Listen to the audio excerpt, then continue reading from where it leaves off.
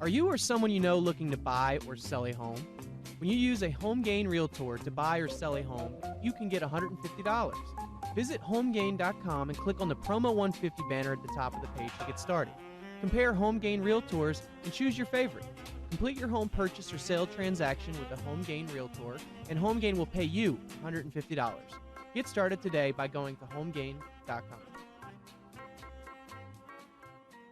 Welcome back, everybody, to Real Estate 360 Live. I am your host, Ryan Slipper, joined today by my guest, Louis Cammarosano, the general manager of HomeGain. Quick reminder, Real Estate 360 is designed to build the Washington, D.C. Metro's housing and credit markets one house at a time.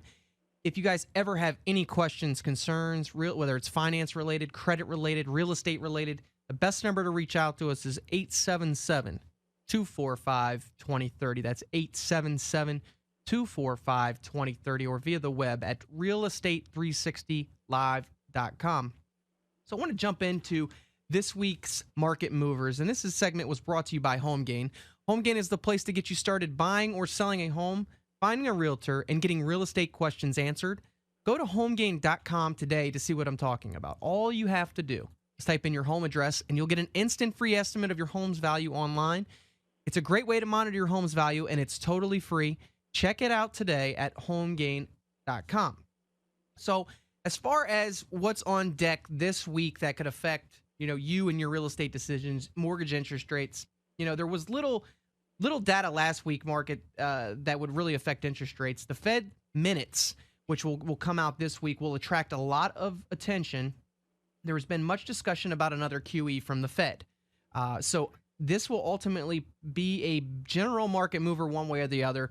The Fed and private analysts are presently at odds over the economic outlook this year and next. And the Fed had lowered its GDP forecast for 2012 and 2013, while private forecasts have been more optimistic. Louis, my question to you is I think I'm going to know your answer, but are you in agreement with the Fed and their pessimistic outlook, or with the private forecasts that are coming in? I'm in agreement with the Fed's pessimistic outlook. Okay, that's what I figured. I mean, you were kind of in the same camp on that one. Right. I think that they obviously know, and you and I have talked at length about this, is that ultimately, no matter what we see, the jobs number can improve the next 6 to 7 months, but ultimately we have a debt problem. And in order to be able to manage and keep this debt serviceable for an extended period of time, interest rates have to remain low. Would you agree? That is what the Fed needs, and that's what the U.S. government needs. Correct. So, we don't really see, anything really changing as far as interest rates, even though a lot of these analysts at CNN and Bloomberg and everybody else is saying, we really got to be careful. We're starting to see things pick up, and, they might need to start considering hiking the rates. It's not going to happen, guys. Not. And it would take something amazing for that to actually happen. It will not happen if the Fed has any say in the matter. Correct. And I think that they pretty much will remain in control. I don't think that Congress or anybody's going to actually step in and force anybody's hand, although I wouldn't necessarily put it past them. I think that, it's probably a good bet that interest rates are going to pretty much maintain around the levels that they have over the last couple months. It's interesting to note that last February, Louis, mortgage payments and mortgage rates were the actual mortgage payments were about 13% higher than where they are today. Now, that's including jumbo rates, conforming rates, FHA rates, VA rates, and even, all interest rates are about a 13% difference on the downside. So your cost of home ownership is 13% less than this time last February. And just to quickly interrupt, if you go back to the archives of our shows, at that time, you and I were arguing that interest rates would have to go higher. Yeah. Because we believe inevitably that interest rates have to go higher. But as you know, just because it's inevitable, it's proven it doesn't have to necessarily be imminent. Exactly. And you know what? It's actually a delight to people that are actually in positions where they're looking to buy right now.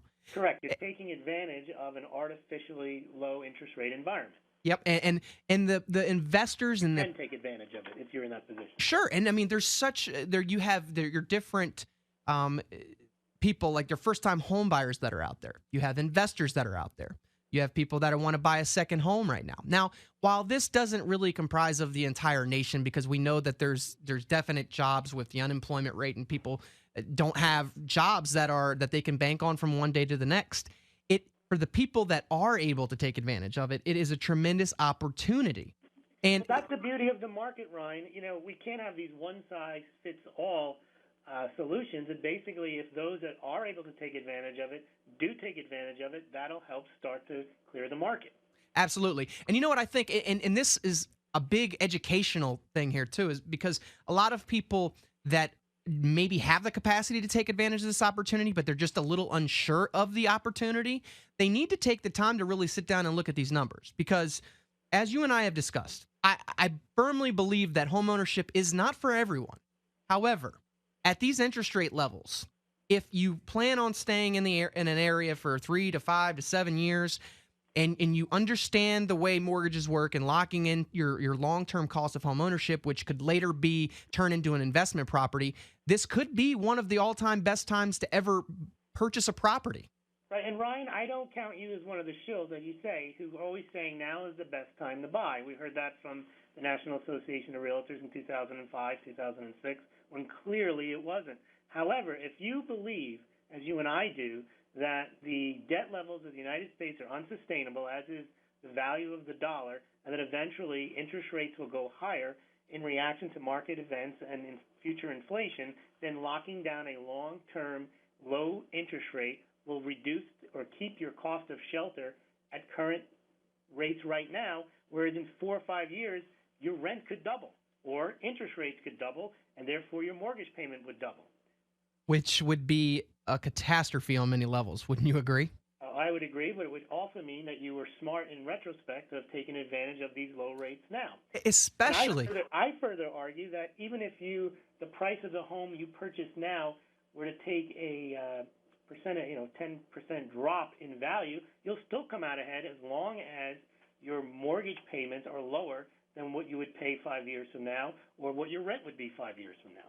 Absolutely. And I mean, to think 5 years from now that interest rates will be around 4% and that rents won't go up by at least 20%, I think you're borderline crazy, because rates can't stay this low for too much of an extended period of time. Now, we have said that, and we've been wrong for 3 or 4 years now. Yep. But for them to be this low for another 4 or 5 years would be catastrophic anyway. Yeah, and really the icing on the cake, Lewis, is that there are so many programs out there for first-time homebuyers, and even not first-time homebuyers. There's programs out there where if you just don't own a home right now, like if you've sold your other home, you're still eligible for a first-time homebuyer program, which is basically no money down.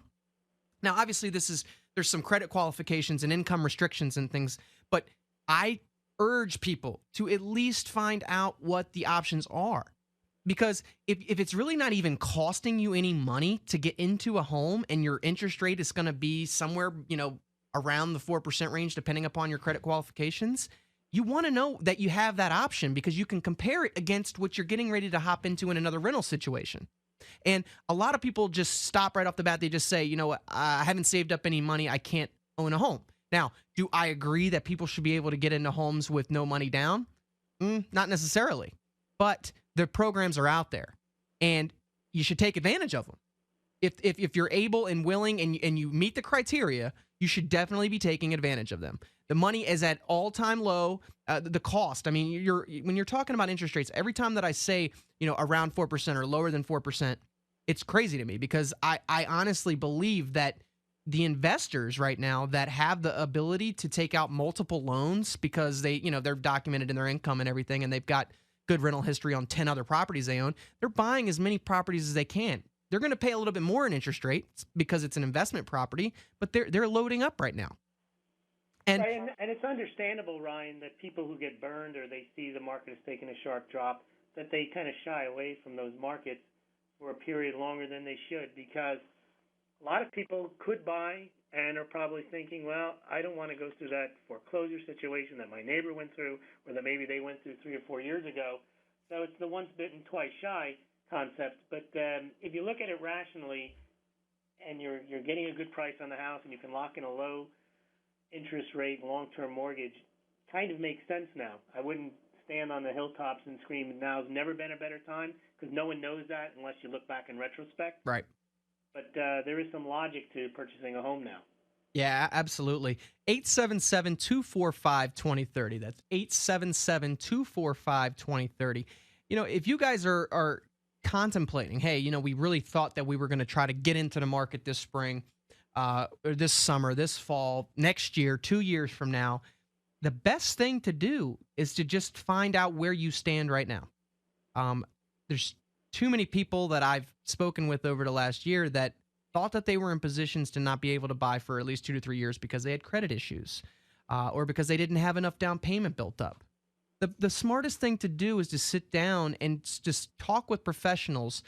You need to be able to talk to a CPA that can look and weigh what the interest deductions would be on your taxes to figure out if that might bring you more money in your monthly paychecks.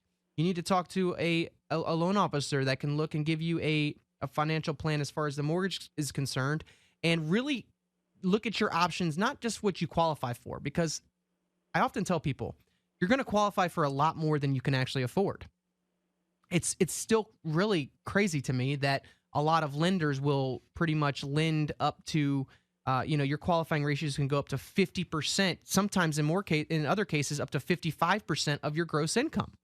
Now, after you're left with your mortgage payment and all your other debts, remember, the only thing that's taken into consideration with lenders is your credit card debt, mortgage debt, auto loans, student loans, not groceries, not gas, not utilities, and all the other little expenses that come with owning a home.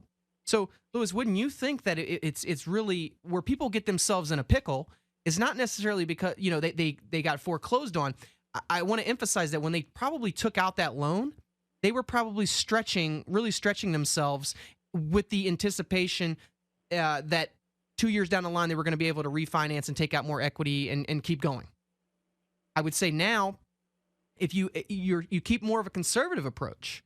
Look at your current circumstance and do a complete analysis of your current circumstance, and not base your decision to purchase on how much you're going to sell it for 3 years from now. Exactly. And don't base things on what can happen in the future. Like if you think that you're going to get a promotion, if you think that you might get transferred, don't base it off that. Base it off right now, and if you are comfortable paying X amount right now and you can afford maybe $200 more a month to buy, and you've worked that out, and you just need to really just put it on paper and figure out and break down what your expenses would be over a 6-month period, and make sure you got a little reserve set up. I mean, all these things are doable. But like I said, in the past, the advice used to be from the mortgage brokers: buy as much house as you can, and that's probably not the wisest thing to do. No, I'd say get into a nice home that's affordable, that is not going to put you in a position where your car breaks down and then you can't afford your mortgage payment. Right. We're coming up on a break. When we come back, we're going to jump into Obama's budget, and is there anything in there that we didn't already expect? When we come back.